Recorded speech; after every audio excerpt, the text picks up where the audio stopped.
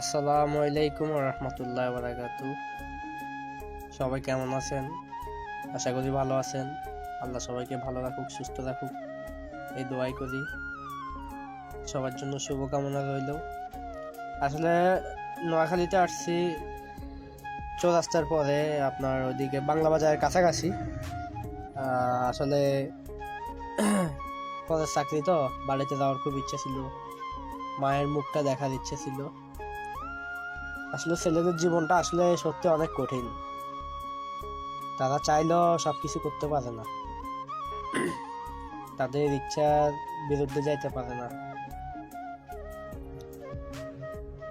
আর কি, এটা হচ্ছে সমনি চৌরাস্তার মোড়। এই আর কি। তো ইনশাল্লাহ সবাই দোয়া করবেন।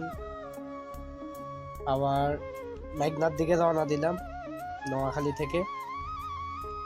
খুব ইচ্ছা ছিল নিজের এলাকায় যাব, বন্ধু বান্ধবদের সাথে দেখা হবে, বিশেষ করে প্রাণপ্রিয় সোহাগ, তার সাথে দেখা হবে। বর্তমানে সে যেহেতু সে বাড়িতে আছে, আরো অনেকে আছে।